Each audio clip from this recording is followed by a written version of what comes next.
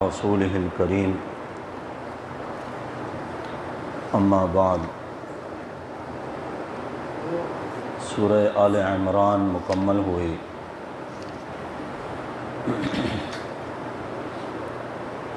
سورہ آل عمران ترتیب کے لحاظ سے اس کا تیسرا نمبر ہے، لیکن یہ نازل ہوئی ہے 89 نمبر پر 89 مدینہ طیبہ میں یہ نازل ہوئی۔ اس میں حضرت مریم کے خاندان کا تذکرہ ہے، آل عمران کا، اس مناسبت سے سورت کا نام آل عمران ہے۔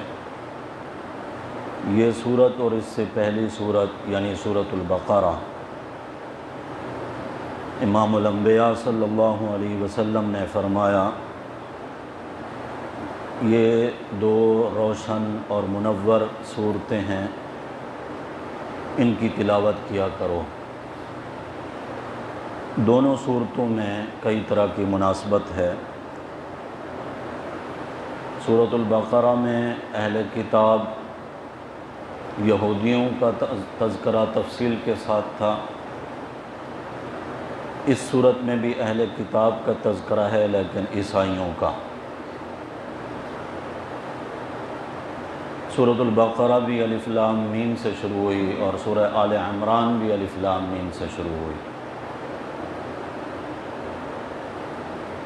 سورۃ البقرہ جس میں عظیم آیت الکرسی، اللہ لا الہ الا ہو الحی القیوم۔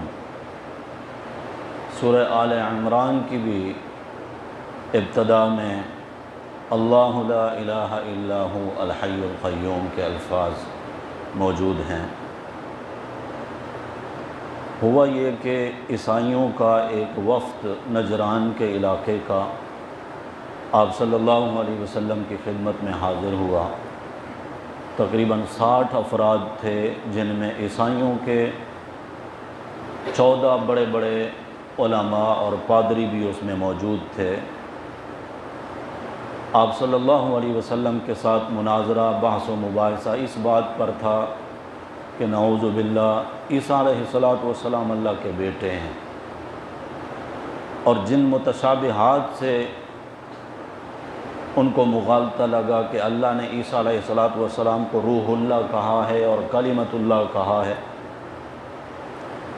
تو اللہ تعالیٰ نے ان آیات میں ان کو جواب دیا کہ جو حق کے متلاشی ہوتے ہیں وہ ہمیشہ محکمات کی پیروی کرتے ہیں، متشابہات میں نہیں پڑتے۔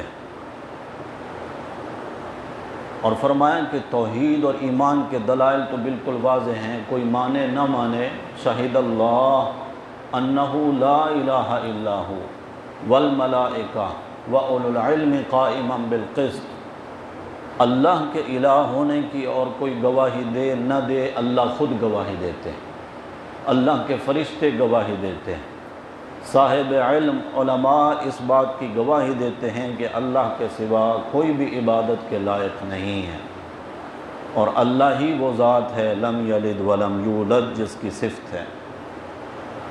اگلی آیات میں اللہ ہی نے اس بات کو بھی واضح فرما دیا کہ اللہ کے نزدیک پسندیدہ دین نہ یہودیوں کا دین نہ عیسائیوں کا دین، ان الدین عند اللہ الاسلام، اللہ کے نزدیک پسندیدہ دین کون سا ہے؟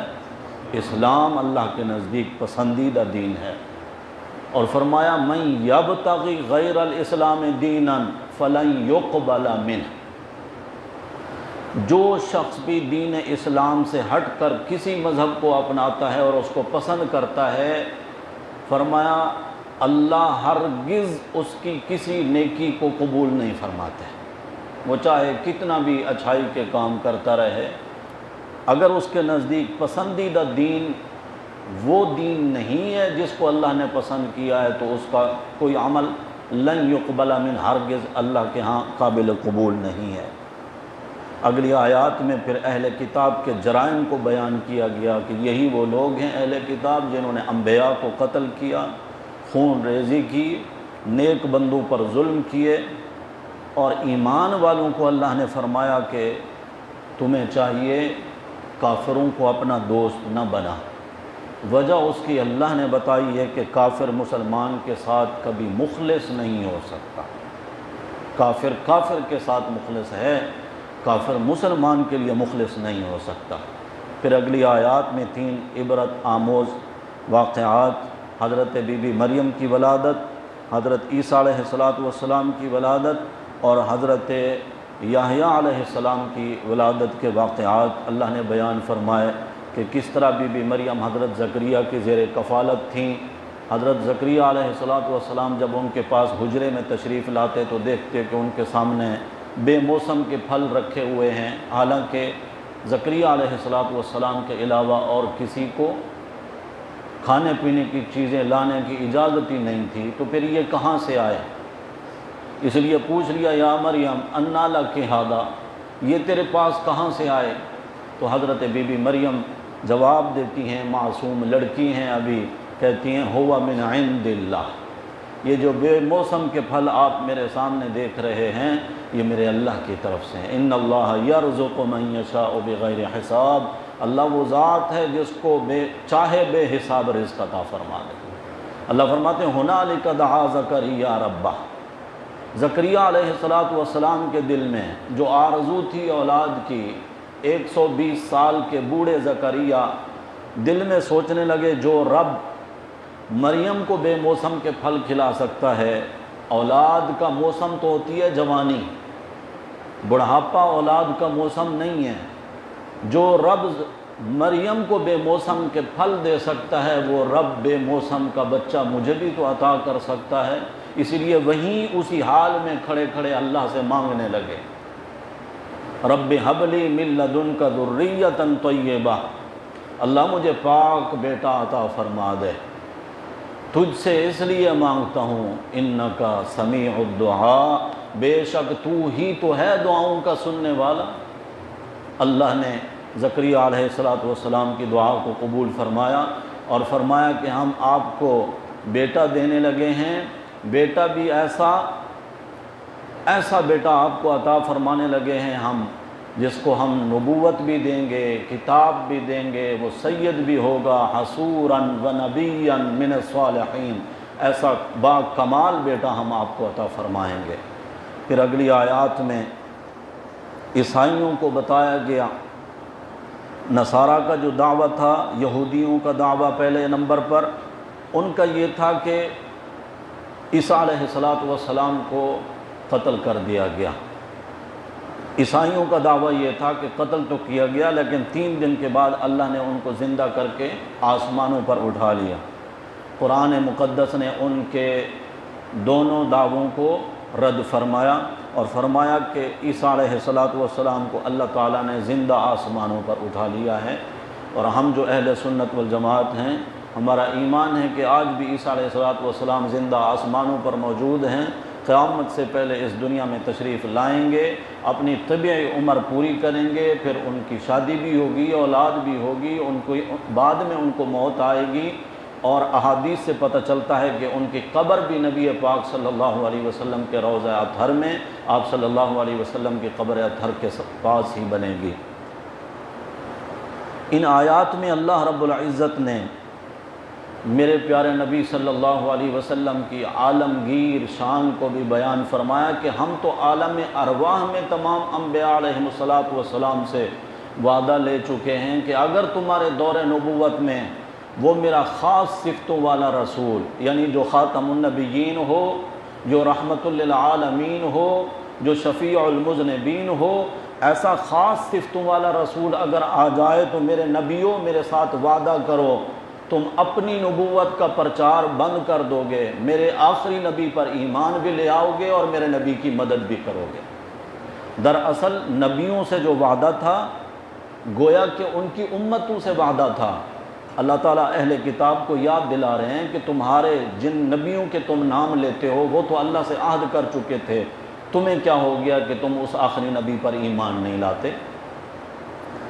چوتھے پارے کی جہاں سے ابتدا ہوتی ہے، اللہ تعالیٰ فرماتے ہیں کہ اللہ کے ہاں محبوب چیز کی قربانی دو، یعنی اللہ کے راستے میں وہ چیز خرچ کرنی ہے جو آپ کو بھی پیاری لگے، آپ کے نزدیک بھی اچھی ہو، بہترین ہو، پیاری ہو، محبوب ہو، ایسی چیز کی قربانی ہو۔ ردی چیز اگر اللہ کے راستے میں خرچ کرو گے، دو گے، تو اللہ ہرگز اس کو قبول نہیں فرماتے۔ جس طرح دوسرے پارے کی ابتدا میں آپ نے سنا کہ تحویل قبلہ کے سلسلے میں یہود نے اعتراضات کیے، یہاں پر بھی اسی کا تذکرہ ہے۔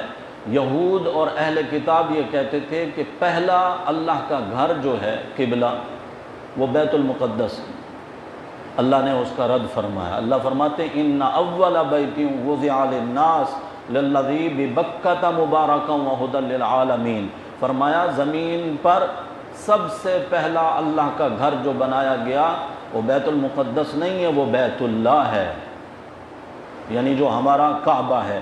اور پھر اللہ فرماتے ہیں اس میں نشانیاں موجود ہیں۔ نشانیاں کیا ہیں؟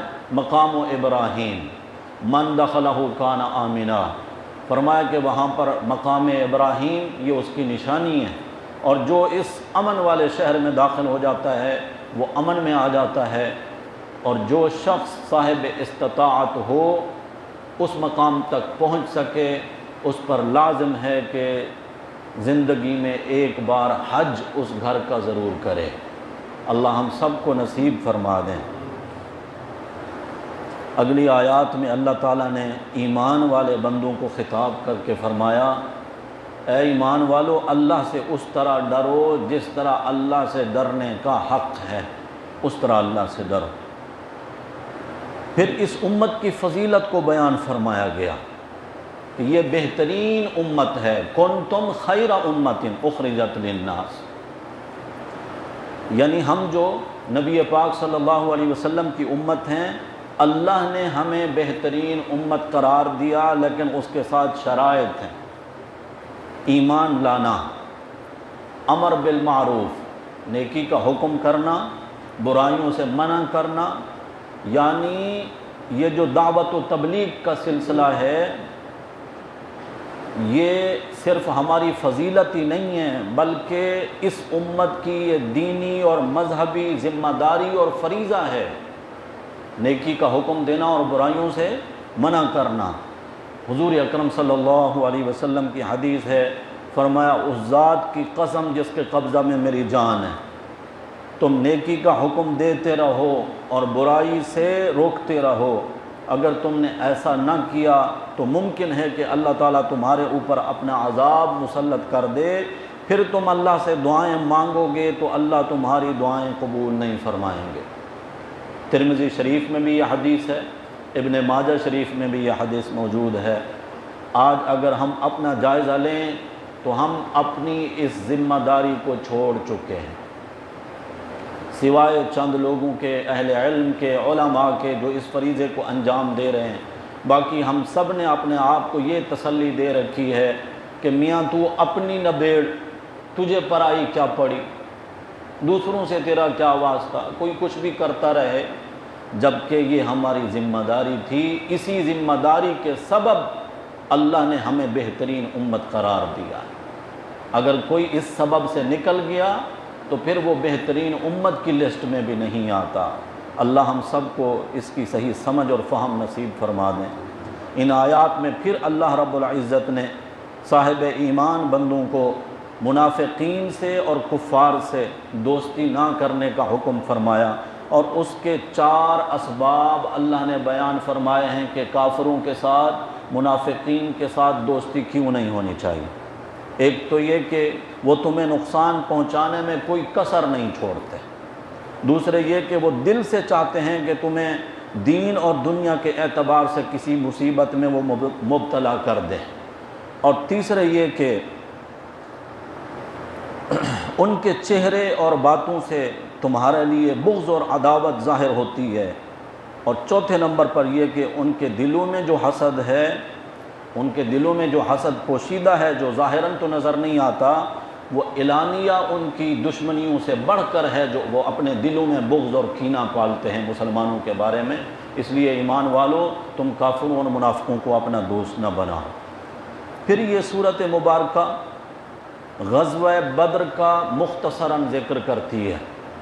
اصل مقصود غزوہ بدر کا یہاں بیان نہیں ہے، وہ تو تفصیل کے ساتھ سورۃ الانفال میں بیان ہوا ہے، اور انشاءاللہ ہم بھی اس موقع پر بیان کریں گے۔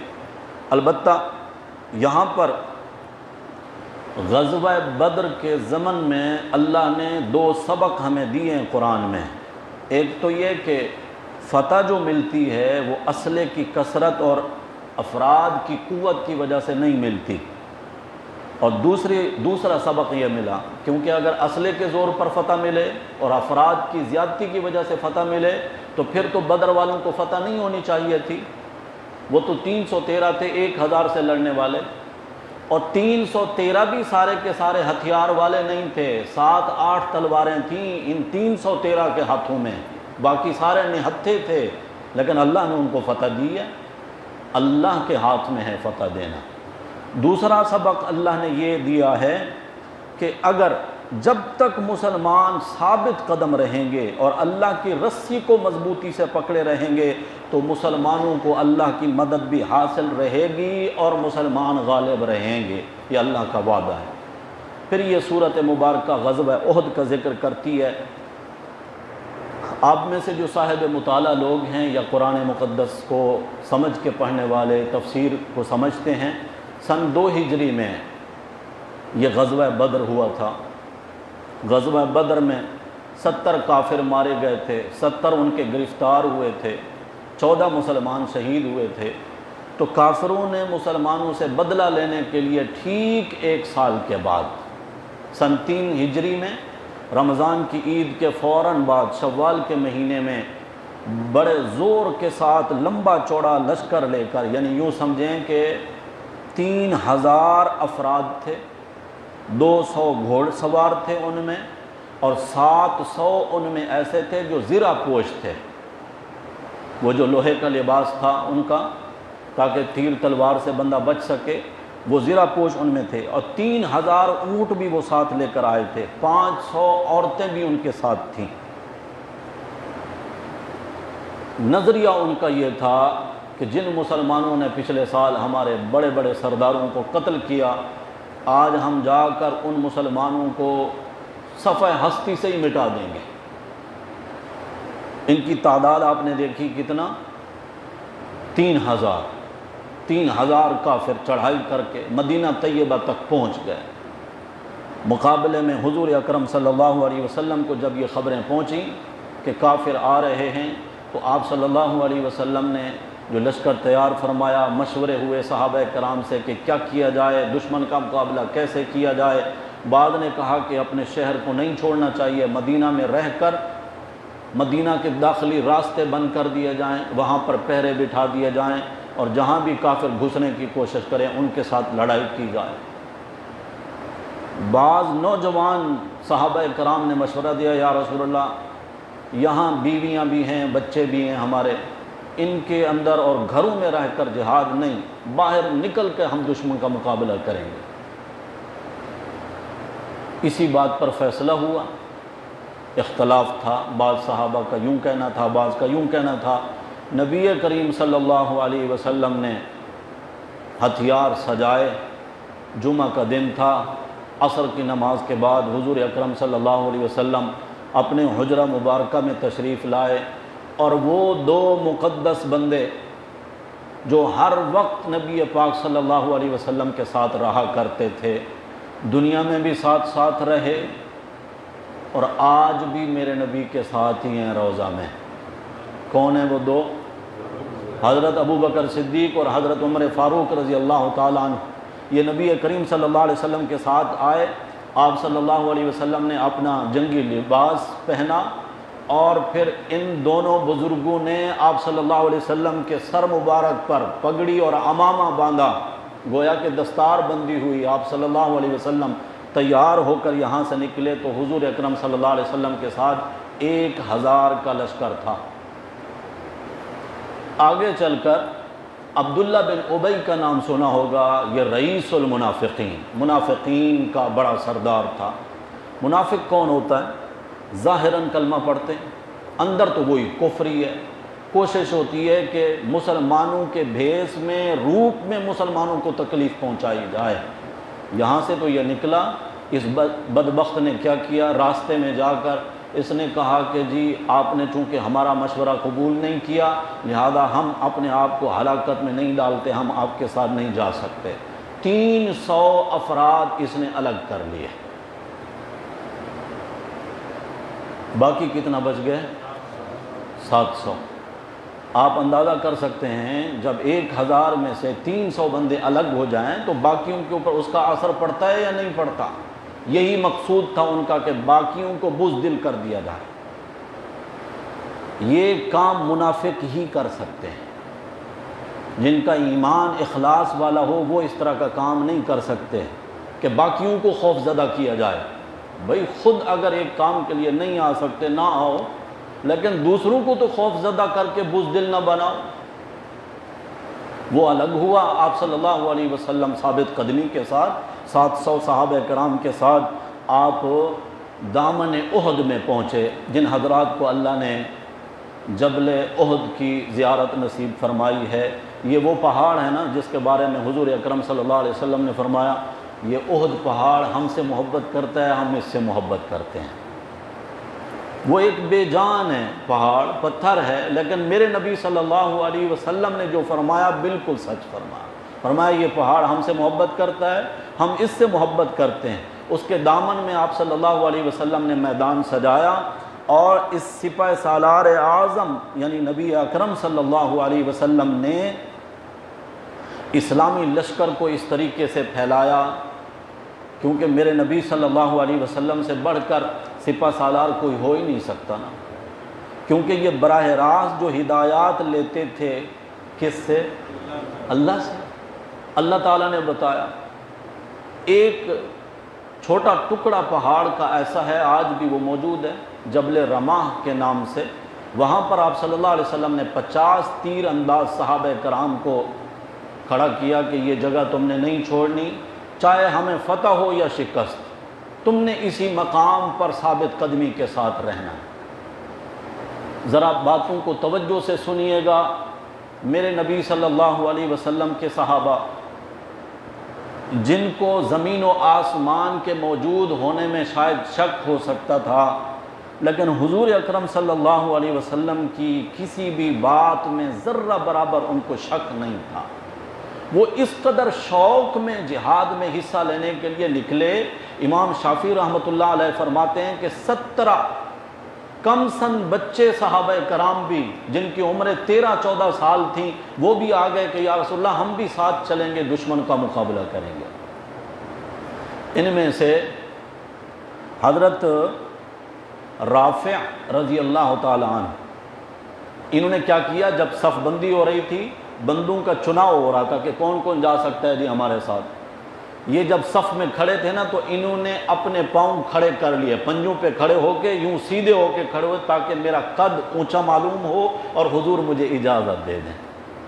آپ صلی اللہ علیہ وسلم کو یہ بھی پتہ چلا کہ یہ خوب تیر انداز ہیں، آپ نے ان کو اجازت دے دی۔ تو حضرت سامورہ رضی اللہ تعالیٰ عنہ ایک صحابی ہیں، وہ بھی ان کے ہم عمر تھے، دونوں کی عمریں 14 سال۔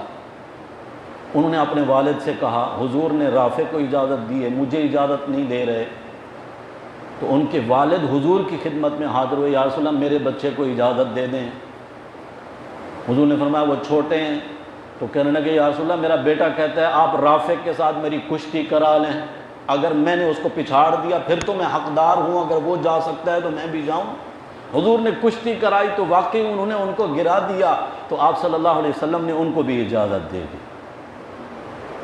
آپ صلی اللہ علیہ وسلم نے صحابہ کرام کے مجمع میں ہدایات دیتے ہوئے اپنی تلوار مبارک کو لہرایا، یہ تلوار میں دینا چاہتا ہوں، کون ہے جو اس کا حق ادا کرے؟ کئی ہاتھ آگے بڑھے، لیکن آپ صلی اللہ علیہ وسلم نے ان کو نہیں دیا۔ ہمارا ایمان ہے کہ حضور ساری ہدایات اللہ سے لے رہے ہیں۔ حضور اکرم صلی اللہ علیہ وسلم سے حضرت ابو دجانہ رضی اللہ تعالیٰ عنہ آگے بڑھے، یا رسول اللہ یہ تلوار مجھے عنایت فرما دیں۔ حضور نے فرمایا اس کا حق ادا کرنا ہوگا۔ یا رسول اللہ آپ فرمائیں اس کا کیا حق ہے؟ حضور نے فرمایا دشمن کو مار مار کے اس کو ٹیڑھا کر دینا ہے اور کسی مسلمان پر یہ تلوار نہیں اٹھنی چاہیے۔ جی یا رسول اللہ میں اس تلوار کا حق ادا کروں گا۔ حضرت ابو دجانہ رضی اللہ تعالیٰ عنہ کو یہ تلوار حضور اکرم صلی اللہ علیہ وسلم نے عنایت فرما دی۔ جنگ کا آغاز ہوا، جواں مردی کے ساتھ صحابہ کرام نے دشمن کا مقابلہ کیا، حتیٰ کہ وہ 3000 والے مقابلہ کتنے سے 700 میں بھی 650 لڑ رہے ہیں نا، 50 تو اس پہاڑی پہ کھڑے ہیں، ان کی تو وہاں ڈیوٹی لگا دی گئی، میدان کارزار میں تو وہ نہیں آئے لڑنے کے لیے، لیکن دشمن کے پاؤں اکھڑ گئے، وہ بھاگنے پر مجبور ہو گئے، صحابہ کرام مال غنیمت سمیٹنے میں لگ گئے۔ وہ جو 50 تیر انداز تھے ان کا آپس میں اختلاف ہو گیا، انہوں نے کہا اب ہمارے یہاں کھڑے رہنے کی کوئی ضرورت نہیں ہے، دشمن بھاگ چکا ہے، سب مال غنیمت سمیٹ رہے ہیں تو ہمیں بھی اس میں حصہ لینا چاہیے۔ 10 صحابہ کرام ڈٹ گئے، انہوں نے کہا کہ وہ بات یاد رکھو، اللہ کے نبی صلی اللہ علیہ وسلم نے فرمایا تھا ہمیں فتح ہو یا شکست یہ جگہ نہیں چھوڑنی۔ وہ 10 کے 10 دشمن کے تیر کھا کر وہیں شہید ہو گئے، باقی 40 نے وہ جگہ چھوڑ دی، جس کی وجہ سے دشمن کو موقع ملا۔ حضرت خالد بن ولید رضی اللہ تعالیٰ عنہ جو ابھی تک مسلمان نہیں ہوئے تھے اور کافروں کے وہ سپہ سالار تھے، بہت ہی جنگجو تھے اور ان چیزوں کو سمجھنے والے تھے، اور حضور اکرم صلی اللہ علیہ وسلم نے بھی اس نازک بات کو ذہن میں رکھا، اسی وجہ سے وہاں 50 صحابہ کو کھڑا کیا۔ جب کافروں نے دیکھا کہ یہ جگہ خالی ہے تو انہوں نے وہاں سے پھر پلٹ کے جب حملہ کیا تو یہ پیچھے کی جانب سے اتنا سخت وار ہوا صحابہ کرام پر اور حضور اکرم صلی اللہ علیہ وسلم پر کہ اتنا بڑا نقصان ہوا کہ 70 صحابہ کرام شہید ہو گئے۔ کیفیت یہ بن گئی کہ تقریباً بعض روایات میں 9، بعض میں 11، بعض میں 13، یعنی 13-14 صحابہ کرام ایسے تھے جو حضور اکرم صلی اللہ علیہ وسلم کے محافظ بن کر آپ صلی اللہ علیہ وسلم کے ارد گرد دیوار کے حیثیت میں کھڑے ہو گئے کہ ہر آنے والی تیر، تلوار اور نیزے کا وار ہم اپنے جسم پر جھلیں گے، لیں گے، لیکن نبی پاک صلی اللہ علیہ وسلم کے مبارک جسم کو خراش تک بھی نہیں آنی چاہیے۔ آپ ان صحابہ کرام کی میرے نبی صلی اللہ علیہ وسلم کی محبت کا انداز تو دیکھیں۔ حضرت طلحہ رضی اللہ تعالیٰ عنہ حضور اکرم صلی اللہ علیہ وسلم کے سامنے کھڑے ہو گئے، حضور کی طرف پیٹ کر کے، دشمن کی طرف سینہ کر کے کہ ہر تیر میرے سینے میں پیوست ہو جائے قبول ہے، لیکن میرے نبی صلی اللہ علیہ وسلم کو کچھ نہیں ہونا چاہیے۔ بعض جگہ انہوں نے ہاتھ یوں کھڑا کیا اور ہاتھ پر تیر جھلتے جھلتے ان کا ہاتھ جو ہے وہ شل ہو گیا۔ صحابہ کرام بتاتے ہیں حضرت طلحہ رضی اللہ تعالیٰ عنہ نے اس دن وہ قربانی دی کہ کہنا پڑا جس نے زندہ شہید کو دیکھنا ہو وہ طلحہ کو دیکھ لیں، جن کے مبارک جسم پر تیر اور تلوار کے 39 زخم لگے ہوئے ہیں۔ حضور اکرم صلی اللہ علیہ وسلم 2 جو زرہ تھی ڈبل پہنے ہوئے تھے، ایک نیچے ایک اس کے اوپر، ظاہر ہے کہ اس کا وزن ہوتا ہے، روایات میں آتا ہے تقریباً 20-25 کلو ایک زرہ کا وزن ہوتا ہے، اتنا وزن کے وہ زرہیں پہنی ہوئی تھیں، تو کسی گڑھے میں آپ صلی اللہ علیہ وسلم گر گئے، صحابہ کرام نے سہارا دے کر آپ کو اٹھایا، آپ پہاڑی پر چڑھنے لگے تو چڑھ نہیں سکتے تھے، وہ بوجھ کی وجہ سے، نقاہت اور کمزوری کی وجہ سے، تو حضرت طلحہ رضی اللہ تعالیٰ عنہ نیچے بیٹھ گئے، حضور نے آپ کے اوپر اپنا مبارک پاؤں رکھ کر اونچی جگہ پر حضور چڑھے، اور اسی موقع پر حضور اکرم صلی اللہ علیہ وسلم نے فرمایا طلحہ نے تو اپنے اوپر جنت واجب کر لی ہے۔ جب آپ صلی اللہ علیہ وسلم پر دشمن نے حملہ کیا تو اس حملے میں آپ کے قریب جو صحابہ کرام تھے ان میں ایک صحابی ہیں حضرت مصعب بن عمیر رضی اللہ تعالیٰ عنہ، جن کی شکل میرے نبی صلی اللہ علیہ وسلم کے چہرہ انور کے ساتھ بالکل ملتی جلتی تھی، وہ شہید ہو گئے۔ جیسے ہی وہ شہید ہوئے تو دشمن نے یہ افواہ اڑائی کہ مسلمانوں کے رسول محمد الرسول اللہ صلی اللہ علیہ وسلم شہید ہو گئے۔ بس اس خبر نے آنا تھا، وہ جو جنگجو صحابہ کرام جہاد میں مصروف تھے ان کی تو ساری کمر ہی ٹوٹ گئی نا، جس زور پہ وہ لڑ رہے تھے کہ آپ صلی اللہ علیہ وسلم ہمارے پشت پناہ بیٹھے ہیں۔ جب ان کو اس خبر کا ظاہر ہے کہ اس طرح کے گھمسان میں فوراً تو تصدیق نہیں ہو سکتی نا اس بات کی، لیکن حضور اکرم صلی اللہ علیہ وسلم نے ایک صحابی کو فرمایا، انہوں نے کھڑے ہو کر آواز لگائی کہ یہ خبر جھوٹی ہے، آپ صلی اللہ علیہ وسلم خیر و عافیت کے ساتھ موجود ہیں۔ مسلمان جانتے ہیں میرے نبی صلی اللہ علیہ وسلم کے 2 دانت مبارک شہید ہوئے اسی موقع پر، حضور اکرم صلی اللہ علیہ وسلم کا سر مبارک زخمی ہوا اسی موقع پر، آپ صلی اللہ علیہ وسلم نے جو خود لوہے کی ٹوپی پہن رکھی تھی اس کی 2 کڑیاں میرے نبی صلی اللہ علیہ وسلم کے رخسار مبارک میں گھس گئیں۔ کیسے کھینچیں؟ اللہ کی رحمت و صحابہ کرام پر۔ صحابہ کرام تو میرے نبی صلی اللہ علیہ وسلم کے مبارک پاؤں میں ایک کانٹا چبھنا اس کو بھی برداشت نہیں کرتے تھے۔ حضرت ابو عبیدہ بن جراح رضی اللہ تعالیٰ عنہ عشرہ مبشرہ میں سے یہ صحابی ہیں، آگے بڑھے، یا رسول اللہ صلی اللہ علیہ وسلم یہ کڑیاں میں نکالوں گا۔ سوچ کیا تھی؟ منہ کے ساتھ، دانتوں کے ساتھ پکڑ کے نکالوں گا، دانت گھسیں گے کڑیوں میں اور ہونٹ کہاں لگیں گے؟ میرے نبی صلی اللہ علیہ وسلم کے رخسار اطہر پر۔ اما عائشہ صدیقہ رضی اللہ تعالیٰ عنہ فرماتی ہیں ابو عبیدہ نے کھینچا، ایک کڑی تو باہر نکل آئی لیکن ابو عبیدہ کا ایک دانت بھی ٹوٹ گیا، دوسری کڑی نکالنے میں دوسرا دانت بھی ٹوٹ گیا۔ اللہ کے نبی صلی اللہ علیہ وسلم نے ان کو دعا دی، سامنے کے دانت اگر کسی بندے کے نہ ہوں برا محسوس ہوتا ہے۔ صحابہ کرام گواہی دیتے ہیں کہ اس دن کے بعد سے ابو عبیدہ کو اللہ نے وہ حسن دیا تھا، جب وہ ہنستے تھے تو ایسا لگتا تھا کہ ان جیسا کوئی حسین ہے ہی کوئی نہیں۔ بوسے لیے میرے نبی صلی اللہ علیہ وسلم کے چہرہ انور کے حضرت ابو عبیدہ رضی اللہ تعالیٰ عنہ نے۔ 2 صحابہ ہیں، حضرت عبداللہ بن جحش اور حضرت سعد بن ابی وقاص رضی اللہ تعالیٰ عنہ۔ عبداللہ بن جحش نبی پاک صلی اللہ علیہ وسلم کے پھوپھی زاد ہیں، آپ کے پھوپھی زاد ہیں اور آپ کے سالہ بھی ہیں۔ ام المؤمنین حضرت زینب بنت جحش رضی اللہ تعالی عنہا کے بھائی ہیں۔ ان دونوں کی بڑی دوستی تھی۔ یہ جہاد شروع ہونے سے پہلے ایک کونے میں چلے گئے۔ حضرت عبداللہ نے حضرت سعد سے کہا، یار اللہ کے راستے میں ہم نکلے ہوئے ہیں، میں دعا کرتا ہوں تو آمین کہہ، پھر تو دعا کرنا میں آمین کہوں گا۔ حضرت سعد بن ابی وقاص رضی اللہ تعالیٰ عنہ نے پہلے دعا کی، یا اللہ ہم تیرے نبی صلی اللہ علیہ وسلم کے ساتھ تیرے دین کی سربلندی کے لیے نکلے ہیں، آج بڑے سخت جنگجو دشمن کے ساتھ یا اللہ تو میرا مقابلہ کرا، میں اس کو ماروں وہ میرے اوپر وار کرے، حتیٰ کہ میں اس کو قتل کر دوں اور اس کا سارا جنگی سامان بھی اٹھا کر لے آؤں۔ حضرت عبداللہ نے آمین کہا۔ پھر حضرت عبداللہ نے دعا کی، یا اللہ تیرے نبی کے ساتھ ہم آئے ہیں تیرے دین کی سربلندی کے لیے، یا اللہ آج ایسے سخت دشمن کے ساتھ میری بھیڑ کرا، لڑائی میری ایسی ہو میں اس پر وار کروں وہ مجھ پر وار کرے، حتیٰ کہ وہ مجھے کاٹ دے، میرا پیٹ چاک کرے، میرے کان کاٹے، میرا ناک کاٹے، اور اس حال میں شہید ہو جاؤں، اور قیامت کے دن جب میں تیرے سامنے کھڑا ہوں تو تو مجھ سے پوچھے عبداللہ تیرا یہ حشر کیوں ہوا، اور میں یہ کہوں کہ یا اللہ تیرے دین کی خاطر کٹ گیا تھا۔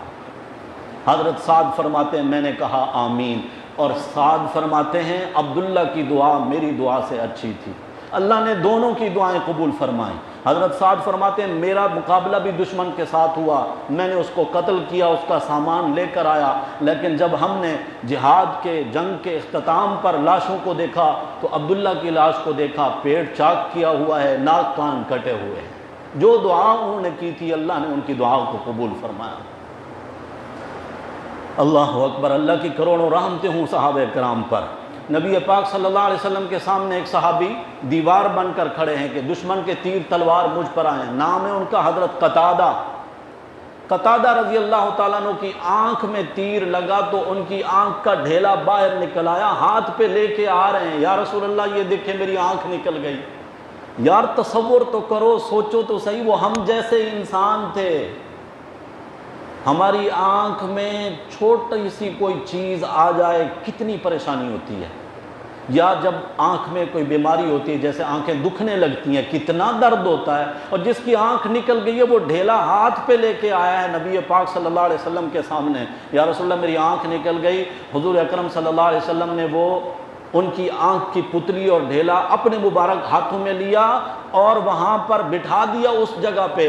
صحابہ کرام فرماتے ہیں حضور نے دعا کی کہ یا اللہ قتادہ نے تیرے نبی کے چہرے کی حفاظت کی ہے، یا اللہ تو اس کے چہرے کی حفاظت فرما۔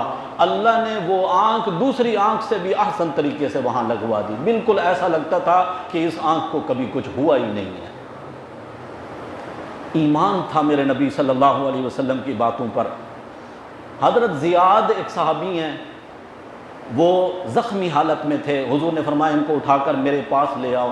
جب حضور کے قریب لایا گیا تو حضرت زیاد نے اپنے رخسار میرے نبی صلی اللہ علیہ وسلم کے قدم مبارک پر رکھ دیے اور اسی حال میں ان کی روح پرواز کر گئی۔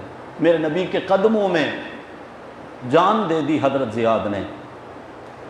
اور حضور اکرم صلی اللہ علیہ وسلم کے جانثاروں میں حضرت مصعب کا ابھی آپ نے نام تو سنا ہے، حضرت مصعب بن عمیر رضی اللہ تعالیٰ عنہ، جن کی شکل میرے نبی صلی اللہ علیہ وسلم کے ساتھ مشابہت تھی، وہ شہید ہوئے۔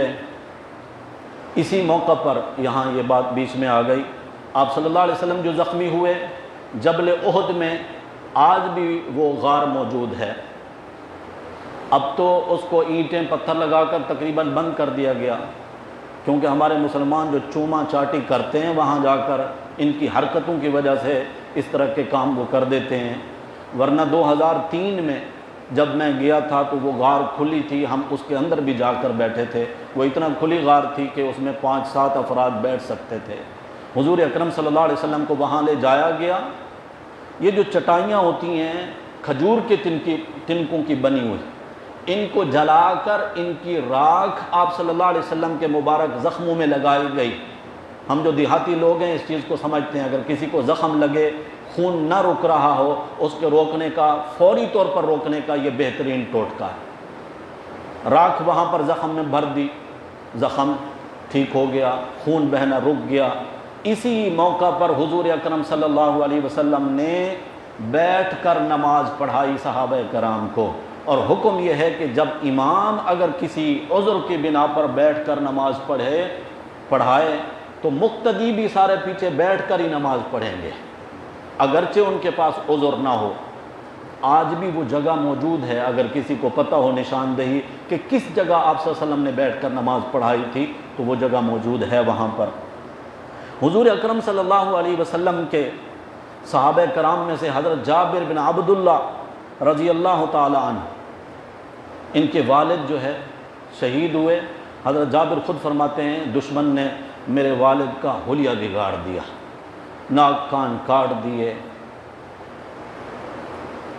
میرے والد کا چہرہ انور ڈھکا ہوا تھا، میں نے دیکھنے کی کوشش کی تو صحابہ کرام نے مجھے منع کر دیا، اس وجہ سے کہ بیٹا ہے، باپ کی یہ حالت دیکھ کر ہو سکتا ہے اس کا دل برداشت نہ کر سکے، لیکن حضور اکرم صلی اللہ علیہ وسلم نے مجھے اجازت دی۔ میں نے اپنے والد کے چہرے کو دیکھا، میری پھوپھی فاطمہ ان کا نام تھا، وہ زار و قطار رونے لگی، تو حضور اکرم صلی اللہ علیہ وسلم نے فرمایا کیوں روتی ہو، اس پر تو فرشتوں نے سایہ کیا ہوا ہے۔ حضرت جابر فرماتے ہیں بعد میں حضور اکرم صلی اللہ علیہ وسلم نے مجھے فرمایا جابر خیریت تو ہے، آج کل بڑے پریشان دکھائی دیتے ہو۔ کہنے لگے جی یا رسول اللہ میں اکیلا آدمی ہوں، بھائی میرا کوئی ہے نہیں، میرے ابا شہید ہو گئے غزوہ احد میں، ابا کے اوپر بہت زیادہ قرض تھا اور جوان بہنوں کا بوجھ ہے میرے سر پر، اس وجہ سے پریشان رہتا ہوں۔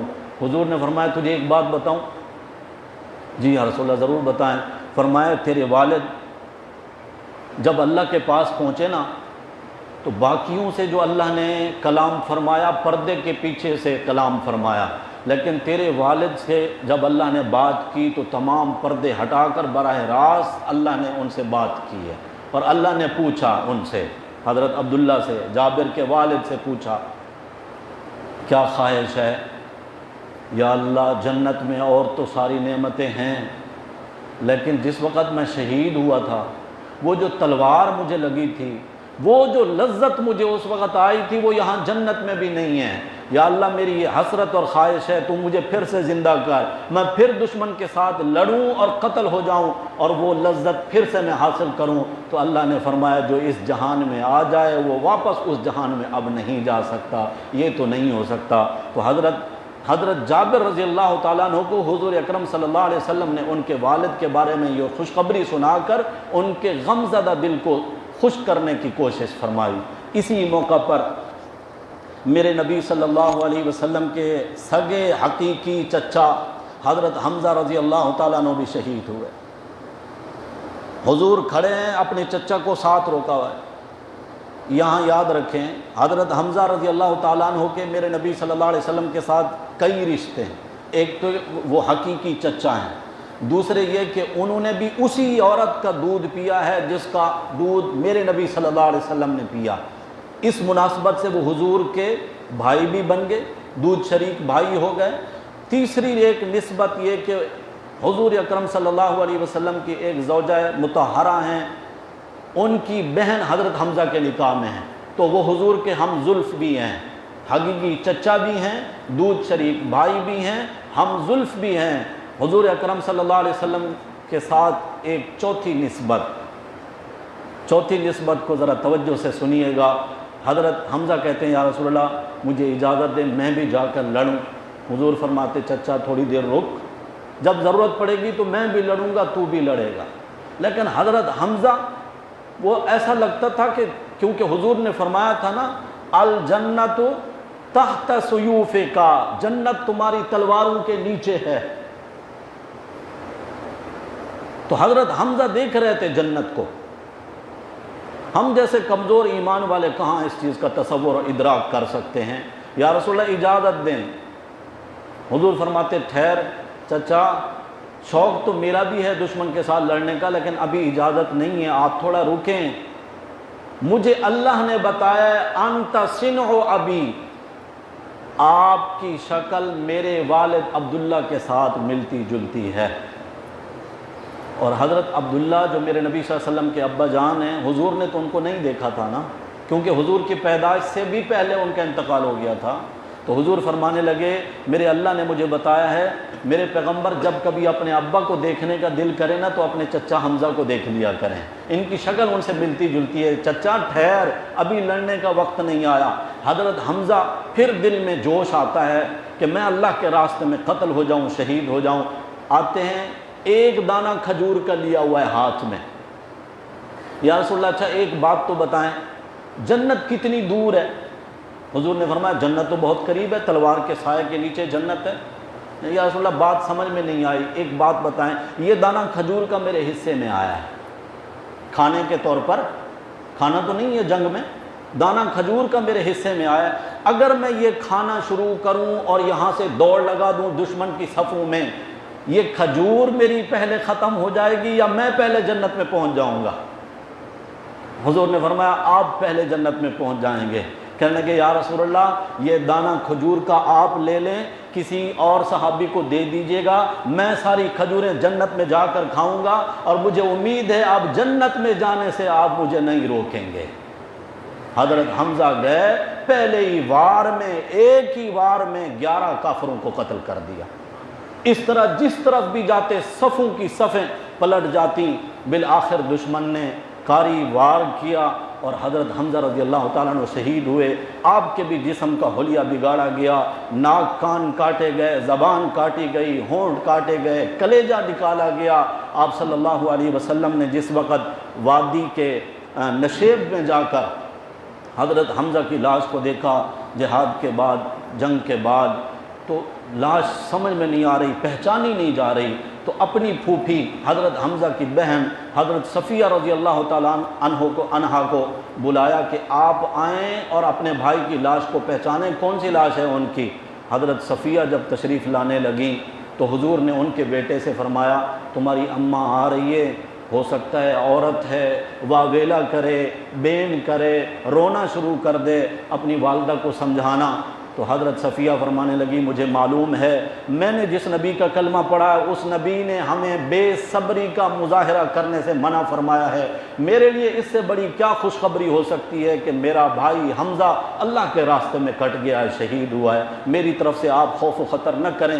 حضرت حمزہ کی مبارک انگلیوں کو دیکھ کر حضرت صفیہ نے پہچان لیا یہی حسین انگلیاں ہیں میرے بھائی حمزہ کی۔ کیا حوصلے والے لوگ تھے، اور کتنا اللہ اور اس کے رسول کی باتوں پر ان کو صداقت پر سچائی ان کے دلوں میں کتنا گھر کیے ہوئے تھی۔ حضور اکرم صلی اللہ علیہ وسلم نے حضرت مصعب بن عمیر اور حضرت حمزہ ان دونوں کے لیے کفن کا کپڑا نہیں، صحابہ کرام کو حکم فرمایا شہید جس حال میں غسل نہیں دینا، ان کو اسی حال میں کفن دے کر قبر میں دفن کرنا ہے۔ جنازہ پڑھا گیا لیکن غسل نہیں دیا گیا، کفن کی باری آئی، حضور نے حضرت صفیہ کو کہلا بھیجا تمہارے بھائی کے لیے کفن کا کپڑا نہیں ہے۔ انہوں نے 2 چادریں بھیجی، اتفاق سے ایک چادر بڑی ایک چھوٹی۔ حضور نے سوچا اگر میں بڑی چادر اپنے چچا کو دے دوں لوگ کہیں گے طرفداری کی ہے، قرآن اندازی کی، چھوٹی چادر میرے نبی صلی اللہ علیہ وسلم کے چچا حضرت حمزہ کے حصے میں آئی۔ اور حضرت مصعب کی چادر بھی اتنی پوری نہیں تھی، سر ڈھانپتے تھے تو پاؤں ننگے، پاؤں ڈھانپتے تھے تو سر ننگا۔ اس وقت میرے نبی صلی اللہ علیہ وسلم نے فرمایا تھا یہ مصعب وہ ہے، اتنا مالدار تھا زمانہ جاہلیت میں، یعنی اسلام قبول کرنے سے پہلے ریشم کا لباس پہنتا تھا، جو ایک بار لباس پہنتا تھا پھر دوبارہ اس لباس کو نہیں پہنتا تھا۔ صبح کو نئی پوشاک ہوتی تھی اور شام میں نئی پوشاک، لیکن جب اسلام قبول کیا سارا مال اللہ کے راستے میں لٹا دیا۔ وہی مصعب ہے جو ریشم کے لباس پہنا کرتا تھا، آج اس کا کفن بھی میسر نہیں ہے۔ حضور نے فرمایا ان کا چہرہ ڈھانپ دو، پاؤں پر گھاس ڈال کر بند کر دو۔ اور حضرت حمزہ کے بارے میں بھی آپ صلی اللہ علیہ وسلم نے یہی فرمایا۔ یہی موقع تھا جس میں حضور اکرم صلی اللہ علیہ وسلم نے فرمایا اللہ کے نزدیک قیامت کے دن میرا چچا حمزہ سید الشہداء، تمام شہیدوں کا سردار ہوگا۔ تمام شہیدوں میں حضرت حسن و حسین بھی ہیں نہیں ہیں؟ میرے نبی صلی اللہ علیہ وسلم نے سید الشہداء یہ خطاب جو عطا فرمایا یہ حضرت حمزہ کے بارے میں عطا فرمایا۔ اس موقع پر روتے روتے میرے نبی کی ہچکی بن گئی۔ ذرا تصور تو کرو، جب یہ کسی کی میت ہوتی ہے، کسی کی میت پر ماں روتی ہے، بہن روتی ہے، بیوی روتی ہے، خاندان والے روتے ہیں، ارے حمزہ تو وہ شہید ہیں جن پر اللہ کے رسول صلی اللہ علیہ وسلم رو رہے ہیں، اور ہچکی بن گئی آپ صلی اللہ علیہ وسلم کی روتے روتے، اور حضور دعائیاں دے رہے ہیں اللہم اشہد اللہم اشہد اللہم اشہد، اللہ تو گواہ ہو جا میرے چچا نے تیرے دین کی سربلندی کی خاطر اپنا جسم بھی تیرے راستے میں شہید کرا دیا ہے۔ حضور اکرم صلی اللہ علیہ وسلم جب قبر میں دفن کرنے لگتے ان صحابہ کرام کو تو پوچھتے تھے، کیونکہ آپ نے دیکھا ہے، جن حضرات نے دیکھا ہے جبل احد کے وہ جگہ جہاں آج بھی حضرت حمزہ اور حضرت مصعب رضی اللہ تعالی عنہ کی قبریں ہیں، یہ سارا پتھر ہی ہے، قبریں کھودنا مشکل تھیں، لڑائی جہاد سے زخموں سے چور یہ صحابہ کرام قبریں کیسے کھودیں؟ حضور نے فرمایا ایک ایک قبر میں 2 شہیدوں کو دفن کریں، لیکن جب دفن کرتے تو حضور پوچھتے ان میں سے قرآن کا علم زیادہ کس کے پاس ہے؟ جس کے پاس قرآن کا علم زیادہ ہو اس کو قبلے والی سائڈ پہ لٹا دو، دوسرے کو اس کے پیچھے لٹا دو۔ صاحب قرآن اور قرآن والوں کو اس موقع پر بھی حضور نے شرف عطا فرمایا۔ انصاریہ عورت آتی ہیں، جب پتہ چلا مدینے میں جنگ ختم ہو گئی ہے، کچھ زخمی ہیں، کوئی شہید ہو گئے، اپنے اپنے پیاروں کی خبر لینے کے لیے پوچھتی ہیں حضور کیسے ہیں؟ سامنے والا کہتا ہے آپ کے شوہر شہید ہو گئے، کہتی ہیں ان کو چھوڑیں، مجھے حضور کا بتائیں کیسے ہیں؟ وہ کہتا ہے آپ کے باپ شہید ہو گئے۔ وہ کہتی ہے اس بات کو رہنے دیں، حضور کیسے ہیں؟ وہ کہتے ہیں آپ کا جوان بیٹا شہید ہو گیا۔ نہیں اس بات کو رہنے دینا، میں پوچھتی ہوں حضور کیسے ہیں؟ پھر جب اپنی آنکھوں سے نبی پاک صلی اللہ علیہ وسلم کو دیکھ لیا تو کہنے لگی یا رسول اللہ آپ کو خیر و عافیت کے ساتھ دیکھ کر میری تو ساری پریشانیاں ختم ہو گئی۔ باپ بھی شہید ہو گیا، بھائی بھی شہید ہو گیا، شوہر بھی شہید ہو گیا، بیٹا بھی شہید ہو گیا، 4 اتنے قریبی رشتہ داروں کی شہادت پر بھی حضور کو ترجیح دیتے ہوئے کہتی ہیں آپ کو دیکھ کر سارے غم ختم ہو گئے۔ ایک صحابیہ آتی ہیں جن کا جوان بیٹا شہید ہو گیا، پوچھتی ہیں میرا بیٹا کہاں ہے، کس حال میں ہے؟ بتایا جاتا ہے آپ کا بیٹا شہید ہو گیا۔ انہوں نے نقاب کی ہوئی تھی، پردہ کیا ہوا تھا، کسی کے منہ سے نکل گئی بات جوان بیٹا شہید ہو گیا ہے، اس نے اب بھی نقاب کیا ہوا ہے۔ تو فرمانے لگیں بیٹا مر گیا ہے نا، حیا نہیں مری میری، پردہ میں نے کس بنا پر کیا ہے؟ حیا کی وجہ سے۔ بیٹا مر گیا ہے نا، حیا تو نہیں مری، یہ میری حیا کا تقاضا ہے کہ غیر محرم کے سامنے میں اپنا چہرہ ڈھانپ کر آؤں۔ یعنی ہر ایک بات میں سبق موجود ہے۔ جب جنگ ختم ہو گئی، ادھر سے آواز لگائی ابو سفیان نے، تم میں محمد ہیں؟ صحابہ جواب دینا چاہتے تھے، حضور نے فرمایا کوئی جواب نہ دے اس کی بات کا۔ پھر اس نے پوچھا ابو بکر؟ حضرت عمر کا دل چاہ رہا تھا کہ میں جواب دوں، حضور نے فرمایا نہیں۔ تو اس نے تم میں عمر ہیں؟ کوئی جواب نہیں آیا، حضور نے منع فرما دیا۔ معلوم ہوتا ہے کافر بھی یہ سمجھتے تھے نبی کریم صلی اللہ علیہ وسلم کے بعد اگر کوئی شخصیت ہے کام والی تو وہ کون ہے؟ ابو بکر۔ اور ابو بکر کے بعد اگر کسی کا نمبر ہے تو وہ ہیں حضرت عمر۔ انہوں نے عثمان کا پھر پوچھا ہی نہیں، حضرت علی کا پھر پوچھا ہی نہیں، کسی صحابی کا نہیں پوچھا۔ پھر اس نے نعرہ لگایا، کہتا ہے اعلو حبل، حبل ان کا بت تھا نا، کہتا ہے حبل زندہ باد، حبل زندہ باد۔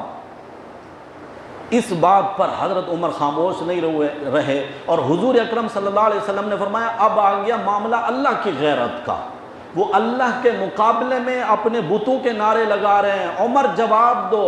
اس نے کہا تھا اعلو حبل، حضرت عمر کھڑے ہوئے، انہوں نے کہا اللہ اعلی و اجل، تمہارا اولو زندہ باد نہیں، حبل زندہ باد نہیں ہے، ہمارے اعلیٰ سب سے بڑے اللہ ہیں، وہی عظمتوں والے ہیں، اور وہ زندہ آج بھی آسمانوں پر موجود ہے۔ پھر اس نے کہا لنا عزا ولا عزا لکم، عزا بھی ان کا بت تھا، کہتا ہے ہماری تو عزا ہیں، تمہارا تو کوئی عزا نہیں۔